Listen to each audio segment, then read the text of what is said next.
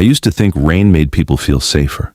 When you're inside with the windows shut and the sound of water drowns out everything else, it almost feels like the rest of the world disappears. I believed that until one stormy Friday night 2 years ago. Now, every time I hear heavy rain hitting my roof, I find myself checking every lock in my house without even thinking about it. The strange part is that nothing about that night seemed unusual at first. If anything, it felt like the kind of evening everyone has at least once a year. It was early November, and I had just finished a 12-hour shift at the warehouse where I worked outside Indianapolis. By the time I clocked out, the rain had already started. The weather app warned about flash flooding and strong winds, but I figured I'd be home in 40 minutes if traffic wasn't too bad. My wife was visiting her parents for the weekend, so I had the house to myself. I stopped at a gas station, grabbed a frozen pizza and a soda, then headed home through the back roads I usually took to avoid the interstate. About 20 minutes into the drive, visibility became terrible. The rain was coming down so hard that even with my wipers on full speed, I could barely see 50 feet ahead. That's when I noticed headlights behind me. At first, I didn't think much of it. Plenty of people were driving home from work. The vehicle stayed a few car lengths back for nearly 10 minutes. Every time I slowed down because of standing water, it slowed too. Every turn I made, it followed. I remember telling myself I was being paranoid. There was only one road leading toward town. Of course, another driver would be going the same way. Then I turned onto a narrow county road that almost nobody used after dark. The headlights turned with me. I glanced in the mirror again. It looked like an older, dark pickup truck. I couldn't make out the license plate because the rain blurred everything together. Another mile passed. The truck stayed behind me. I started paying attention to little things. Whenever I tapped my brakes, the truck immediately matched my speed.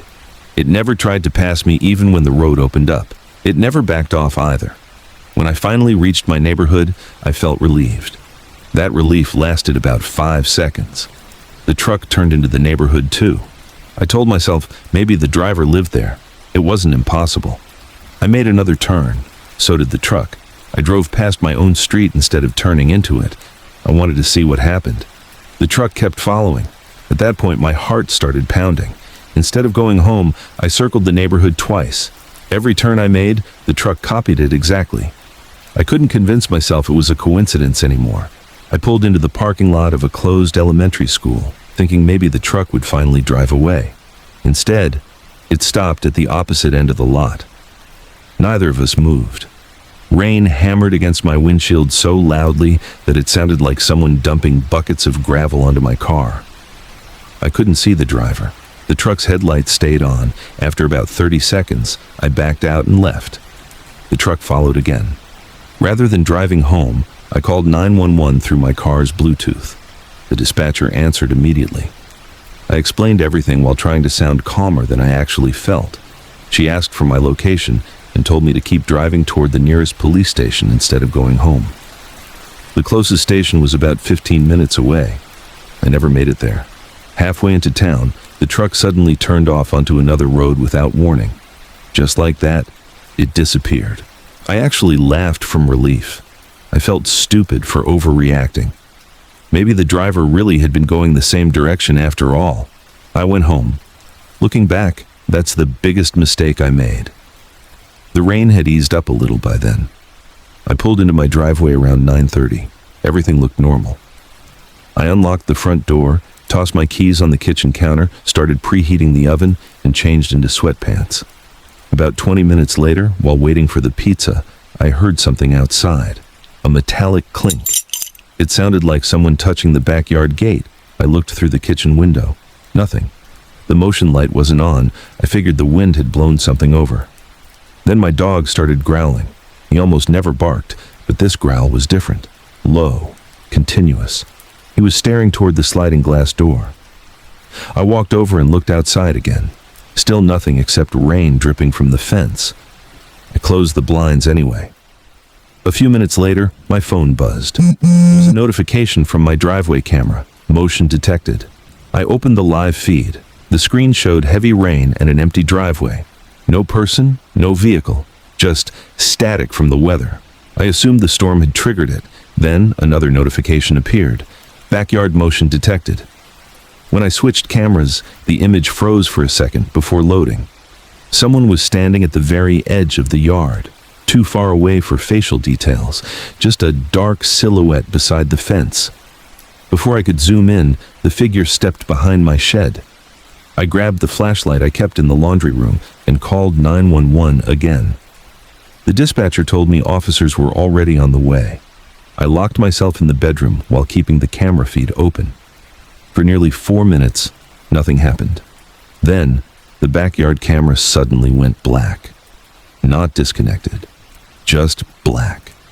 Almost immediately after that, I heard 3 slow knocks on the sliding glass door downstairs. Not loud, just enough to let me know someone was there. My dog went absolutely crazy. I remember standing frozen in the bedroom doorway, holding the flashlight even though I knew it wouldn't help. Another 3 knocks.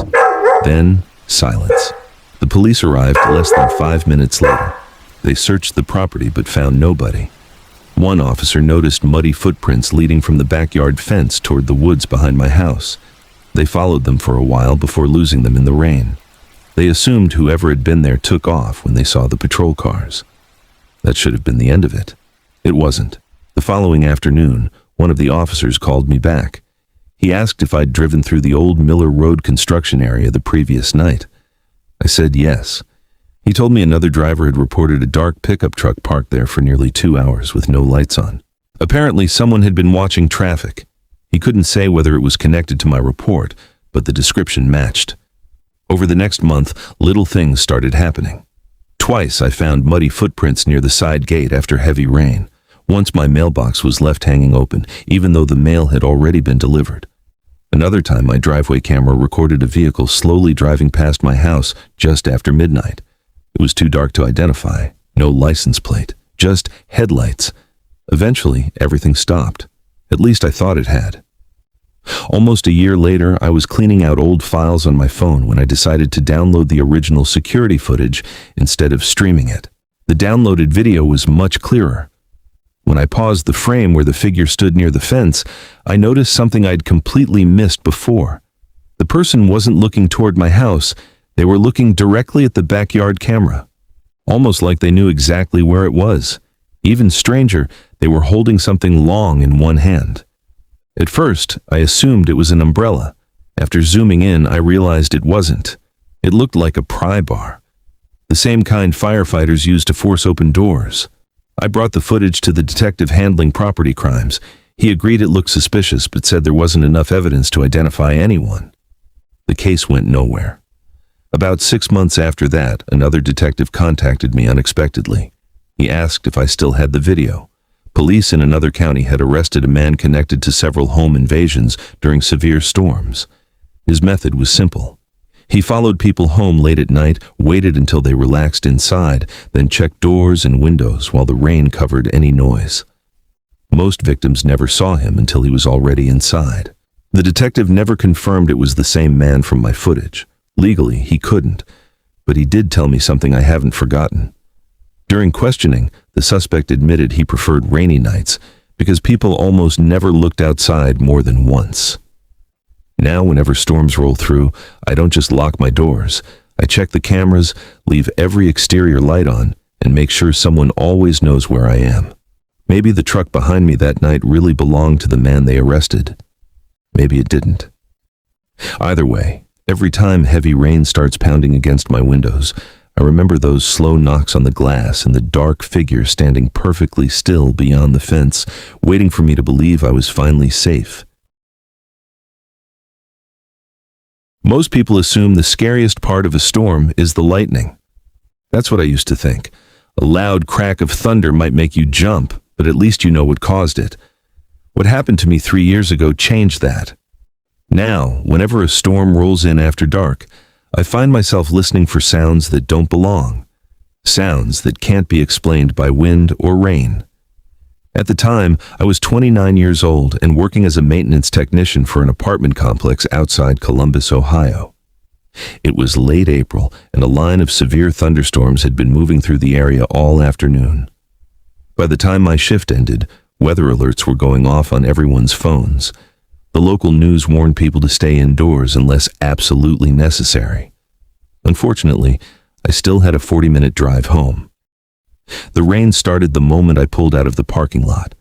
Within 10 minutes, it became one of the worst storms I'd ever driven through. Water covered parts of the road, visibility dropped to almost nothing, and the wind kept shoving my truck toward the shoulder.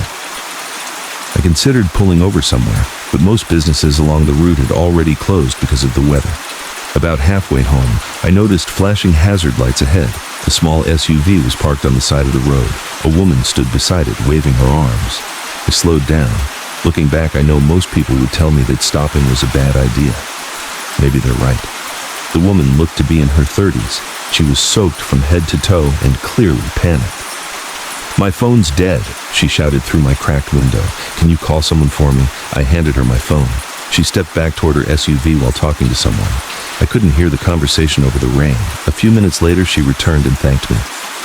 "My brother's coming," she said. "He lives nearby." I nodded and drove away. The whole interaction seemed normal. I didn't think about it again until nearly an hour later. By then I was home. I lived alone in a small rental house, surrounded by woods on 3 sides. The nearest neighbor was about 200 yards away. Normally, I liked the privacy. That night it felt different. The storm kept getting worse. Wind rattled the windows. Tree branches scraped against the siding. Power flickered twice before finally going out completely. The house went dark. I grabbed a flashlight from the kitchen drawer and lit a few candles. Without television or internet, there wasn't much to do except wait for the storm to pass. Around 10:30, I heard knocking. 3 quick knocks on the front door. At first, I thought I imagined it. The wind was loud enough to create all kinds of strange noises. Then, it happened again. 3 knocks. Definitely the door. I checked the peephole. Nobody. I opened the door anyway. Rain poured down from the roof. The yard was empty. No cars, no people, nothing. I locked the door and went back inside. 5 minutes later, the knocking returned. This time it came from the side of the house, not the front door. A window. I froze. Tap, tap, tap. Slow and deliberate. The flashlight suddenly felt very small in my hand. I walked toward the living room window and carefully pulled back the curtain. Nothing. Only darkness and rain. I was starting to convince myself that tree branches were hitting the glass when my phone buzzed. A text message. The number wasn't saved in my contacts. The message contained only 3 words. "Thank you again." It took me a second to understand. The woman from the roadside. She must have gotten my number from the phone I lent her. I typed back. "No problem. Hope you got home safe." Several minutes passed. No response. Then another text appeared. "Are you alone?" I stared at the screen. A strange feeling settled in my stomach. Maybe she was making conversation. Maybe not. I didn't answer. A minute later, another message arrived. Someone followed me. That got my attention immediately. I called the number. Straight to voicemail. I tried again. Same result. Then another text. "I think he's outside." My heart started racing. If she was in trouble, I couldn't just ignore it. I asked for her address. No reply. Instead, another message appeared. "He knows where you live." I remember reading that sentence 3 times. My first thought was that someone was playing a prank. My second thought was much worse. The lights outside suddenly came back on as power returned. At the exact same moment, motion lights illuminated my backyard. Something had triggered them. I rushed to the kitchen window. A figure was standing near the tree line, just standing there, watching the house. The distance made it impossible to identify whether it was a man or woman. Before I could react, the figure stepped back into the darkness, gone. I called 911. While speaking to dispatch, I locked every door and window in the house. An officer was sent to investigate. Estimated arrival time, 20 minutes. That felt like forever. I stayed in the living room with the flashlight and a baseball bat. Rain hammered against the roof. The woods behind the house swayed violently in the wind. Every shadow looked like a person. Every creak sounded like footsteps. Then I received another text. "Don't let him in," I immediately replied. "Who is this?" No answer. Instead, a photograph arrived. My stomach dropped. The picture showed my house, not an old photo, a current photo, taken from somewhere outside during the storm. I ran to the nearest window and looked out. Nothing. The yard appeared empty, but someone had clearly been there. Someone close enough to photograph the front porch. The dispatcher stayed on the line while officers headed my way. Then I heard something that made my blood run cold. A door handle turning, slowly. The back door. I could hear the metal rattling. Someone was trying to get inside. I moved toward the hallway and listened. The handle turned again. Then again, a louder shake this time.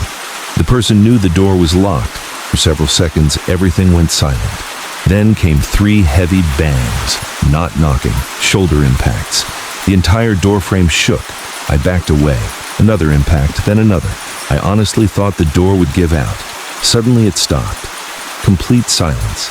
Even the storm seemed quieter. Then headlights appeared through the front windows. A police cruiser. The moment it pulled into the driveway, the motion lights behind the house activated again. An officer later told me they caught sight of someone running into the woods. They searched for nearly an hour but found nobody. No footprints either. The rain had washed everything away. I showed them the text messages. That changed everything. Investigators traced the number. The results made no sense. The phone belonged to the woman I'd helped earlier, but according to her brother, she'd never sent any messages. In fact, she didn't even have her phone. She'd left it inside her disabled SUV before getting a ride home. Police recovered the vehicle the next morning. The phone was gone. At first, they assumed someone had stolen it. What they discovered a week later was far worse. A man with a lengthy criminal record had been hiding near the roadway during the storm. Investigators believe he watched me stop to help the woman. When she stepped away with my phone, he likely memorized my number from the screen. Later, after stealing her abandoned phone, he began sending messages to both of us. The theory explained most of the situation. Most. What it didn't explain was why he chose my house, until detectives searched his vehicle. Inside they found photographs, dozens of them, pictures of isolated homes, rural properties, people living alone. My house was among them. The photograph had been taken almost 6 months before the storm. Long before I ever met the woman, long before I stopped to help her. According to investigators, the suspect would drive through rural areas identifying houses that looked easy to target. He never admitted what his intentions were. He eventually accepted a plea deal for multiple unrelated crimes and was sent to prison. As far as I know, he's still there. But every now and then, when storms knock out the power and rain pounds against the windows, I think about that night. I think about the photograph taken months before I ever knew anyone was watching. And I think about how close I came to opening the door one more time after hearing those knocks. Because if the police had arrived even 5 minutes later, I don't know if I'd be here telling this story. I still remember the exact sound that made me realize something was wrong. It wasn't thunder. It wasn't the wind. It was the slow, deliberate splash of footsteps outside my bedroom window. This happened in September of 2023 when I was 26 and renting a small cabin about 30 minutes outside Asheville, North Carolina. I had rented it for a week because I worked remotely and wanted a quiet place to finish a project. The cabin sat at the end of a gravel road surrounded by thick woods. The owner told me the nearest occupied house was almost a mile away. That sounded relaxing when I booked it. By my 3rd night there, it didn't feel relaxing anymore. It had been raining since early afternoon, and by sunset, the storm had turned into one of those relentless downpours where everything outside disappears behind a wall of water. Around 8 o'clock, I cooked pasta, watched a baseball game until the internet cut out, and decided to head to bed early. Just before 10, I noticed my phone had no signal either. I figured the weather was affecting the nearby cell tower. The cabin suddenly felt much more isolated than it had a few hours earlier. I locked every door, checked every window, and turned off the lights. Sometime after midnight, I woke up because Murphy, the owner's old Labrador that stayed at the property to keep wildlife away, was quietly whining in the hallway. He wasn't barking. He just stood perfectly still facing the front of the cabin with his ears raised. I grabbed my flashlight and walked toward him. The living room was dark except for occasional flashes of lightning through the windows. The dog refused to move. He kept staring at the front door. I listened carefully. At first I heard nothing except rain pounding against the roof. Then came 3 slow knocks. They weren't loud. Whoever knocked wasn't trying to be heard by the neighbors because there weren't any neighbors. It sounded more like they already knew I was awake. I stayed silent. Another 3 knocks followed about 30 seconds later. I looked through the peephole. Nothing. The porch was empty. Lightning flashed again, briefly lighting the yard. Still nothing. I told myself someone might have been caught in the storm and stepped off the porch to avoid the rain while waiting. Against my better judgment, I called out through the door. "Can I help you?" No answer. Just rain. I decided not to open it. Instead, I walked to the kitchen where I could see part of the driveway through a side window. That's when I noticed a pickup truck parked just beyond the edge of the property with its headlights off. I was certain it hadn't been there earlier. It sat completely still beneath a group of pine trees, barely visible through the rain. I watched it for almost a minute. Nobody got out. Nobody moved. Then my flashlight flickered and died. The batteries had been weak since I arrived. I replaced them, but by the time the light came back on, the truck was gone. I convinced myself it had quietly driven away while I was changing the batteries. Still, I dragged the couch closer to the front door without really knowing why. Around 1 in the morning, the power went out. The entire cabin fell silent, except for the storm. My phone still showed no service. I lit 2 candles and sat in the living room, telling myself I'd laugh about this in the morning. Then, I heard footsteps on the wooden porch. They moved slowly from one end to the other, stopping beneath each window as if someone was looking inside. Murphy growled so deeply I almost didn't recognize it as coming from him. The footsteps stopped directly outside the living room window. I carefully pulled back the curtain just enough to look. A man stood less than 10 feet away wearing a dark rain jacket with the hood pulled low over his face. He wasn't trying to hide. He was staring straight into the cabin. Before I could react, lightning lit up the yard, and he smiled. Not a normal smile. Just enough for me to see his teeth before everything went dark again. I dropped the curtain immediately and backed away. My first instinct was to call 911, but my phone still had no signal.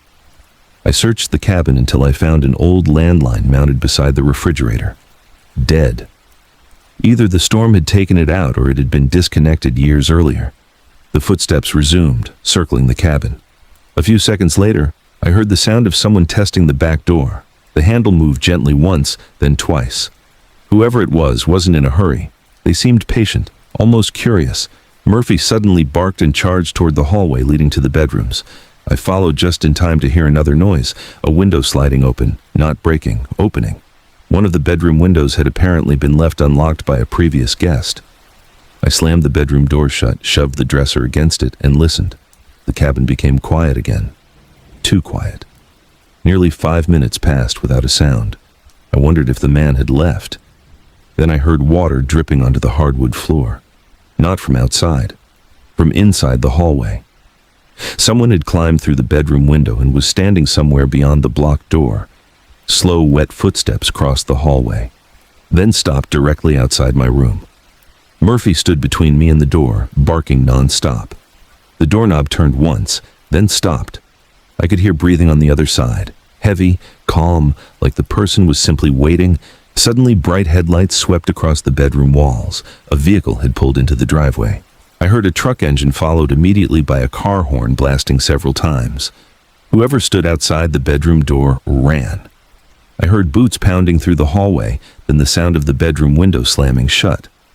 By the time I moved the dresser, the cabin was empty. I looked outside and saw an older man standing beside a pickup truck with a flashlight. It was the property owner. He had driven over after noticing the security cameras at the entrance had gone offline during the storm. Together we searched the cabin while he called the sheriff using a radio he kept in his truck because cell service in the area was unreliable. Deputies arrived about 20 minutes later. They found muddy footprints leading from the open bedroom window into the woods, but no suspect. One deputy asked whether anything had been stolen. Nothing was missing. Another deputy inspected the bedroom window and noticed something strange. The screen hadn't been forced. It had been carefully removed and leaned against the wall without making much noise. Whoever entered had done it before. Before I left the next morning, the property owner apologized repeatedly. He admitted another guest had reported hearing someone outside the cabin during a storm almost 6 months earlier, but deputies had never found evidence of a break-in, so he assumed it had been wildlife or someone passing through. 2 weeks later, he called me again. The sheriff's office had arrested a drifter living in an abandoned hunting shack about 3 miles from the cabin.